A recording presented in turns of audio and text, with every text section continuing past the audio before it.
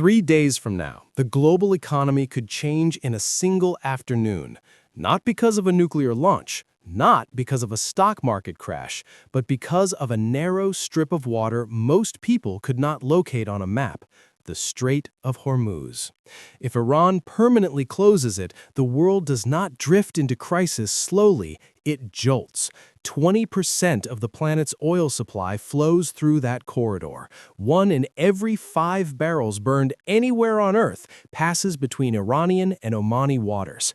That is not geography, that is leverage. And permanent closure is not the same as temporary disruption. Temporary disruption raises prices. Permanent closure rewrites economic gravity. Here's what would actually happen. Hour 1. Oil futures surge instantly. Trading halts trigger as algorithms reprice global supply around the sudden removal of nearly 20 million barrels per day. Brent crude races toward triple digits within minutes. Traders begin modeling $150 scenarios. Insurance providers suspend coverage for Gulf transit. Shipping companies freeze outbound tankers. Ports from Shanghai to Rotterdam initiate emergency energy meetings. But financial shock is only the surface layer. Day 1. The United States announces a strategic petroleum reserve release. Saudi Arabia attempts to reroute crude through its east-west pipeline. The UAE pushes maximum flow through Fujairah. But here's the structural constraint. None of those pipelines can replace Hormuz capacity. They were designed as relief valves, not full bypass systems. Physical supply contracts. Refineries across Asia calculate shutdown risk. India, China, Japan, and South Korea scramble for alternative cargoes. Spot market premiums explode. Gasoline prices in the United States begin climbing within days because markets price expectations instantly. Day 3. Equity markets begin correcting. Airlines slide. Transport stocks retreat. Emerging economies dependent on energy imports face currency pressure. The dollar strengthens briefly as capital seeks safety. Gold spikes. Bond yields fall as recession risk enters forecasts. And this occurs before a single missile is fired. Now consider the strategic dimension. Permanent closure requires more than naval harassment. It demands sustained denial capability. Anti-ship missiles, coastal batteries, fast attack craft layered with air defense coverage. That posture signals not warning, but commitment, because permanent closure invites permanent response. The United States Fifth Fleet exists for this contingency. Carrier strike groups reposition, mine-clearing vessels deploy, coalition navies assemble.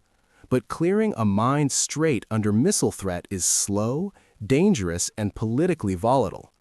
Meanwhile, markets remain locked in panic pricing. Energy drives transportation, manufacturing, agriculture, plastics, and chemicals. If oil holds above $150 for weeks, global inflation surges. Central banks confront a brutal choice: raise rates into an energy shock or allow inflation to accelerate. Neither option is painless.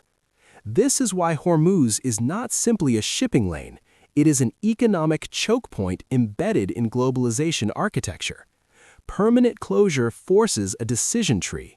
Does Washington escalate militarily? Does Beijing intervene diplomatically to protect energy supply? Do Gulf states act independently? Does Israel interpret closure as escalation? Every branch leads to volatility. But here is the complication. Permanent closure also harms Iran. Iran exports oil. Iran depends on maritime trade. A sustained blockade isolates its own economy further, which means if Tehran attempts permanent closure, leadership believes the confrontation is existential. And existential confrontations rarely unwind easily. They expand. The first week would not determine the outcome. It would determine the trajectory. Because once markets internalize sustained closure, behavior shifts. Strategic reserves drain faster than anticipated. Governments coordinate releases, yet reserves buy time, not stability. Investors reprice risk premiums across maritime insurance corridors. Energy importing nations compete quietly for supply. Security alliances harden. Diplomatic channels multiply. But reopening a permanently denied strait requires neutralizing missile systems, mines, surveillance drones, and swarming naval units. That is not symbolic. It is campaign-level planning, and campaign-level planning carries escalation risk. Proxy activation, cyber operations against infrastructure, regulatory emergency measures at home. The shock spreads outward in concentric circles. Every fuel pump, every cargo shipment, every airline ticket, every grocery invoice reflects the arithmetic of reduced supply. Permanent closure is not about symbolism, it is about math. Remove 20% of flow and equilibrium collapses. The Strait of Hormuz is narrow, but the economic architecture around it is vast. Close it permanently, and the reaction is immediate, systemic, and unforgiving. This is not a headline event, it is a structural rupture, and structural ruptures redefine eras, not news cycles. If the Strait of Hormuz remains closed beyond the initial shock phase, the crisis stops being temporary and becomes structural. Week 2. Strategic petroleum reserves begin depleting faster than projected. Governments coordinate emergency releases, but reserve barrels are finite. They buy time, not replacement. Energy importing nations enter quiet competition. China secures long-term cargo commitments from Russia. India negotiates urgent swap arrangements. European states bid aggressively in the spot market. Oil stops being just expensive, it becomes political. Diplomatic pressure on Tehran intensifies. Back-channel negotiations multiply. Sanctions expand. But sanctions do not reopen waterways. Naval operations do. Now consider the military equation. To reopen Hormuz permanently, coalition forces would need to neutralize coastal missile batteries, minefields, fast attack craft, and integrated drone surveillance. That is not a warning strike, that is sustained campaign planning, and sustained campaigns invite retaliation. Proxy escalation in Lebanon and Iraq, cyber attacks targeting Gulf energy infrastructure, missile exchanges across contested waters. Each layer expands uncertainty.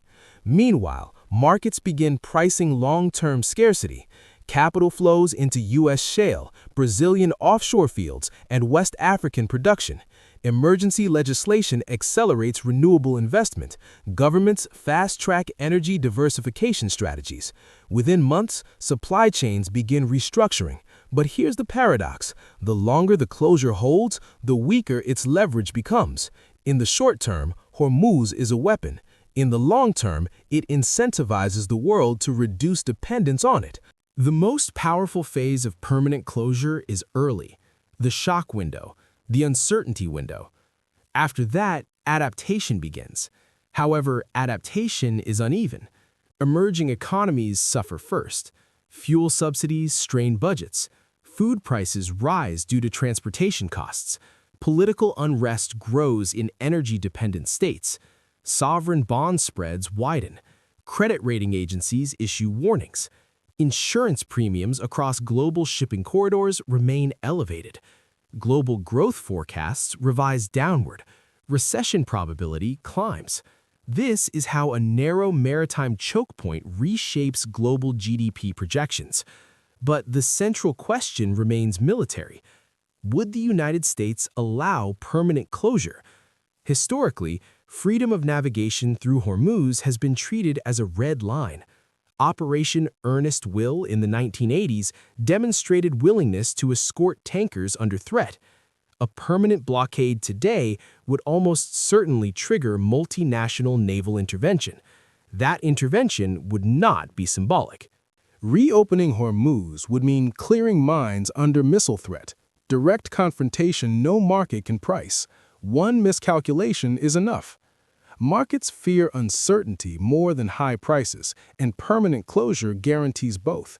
If it stays shut, choke points everywhere become weapons. Insurance spikes, defense budgets rise, supply chains fracture. The real cost isn't $150 oil, it's lost trust in global shipping. The strait is just 33 kilometers wide, but closing it would shake every fuel pump and financial market.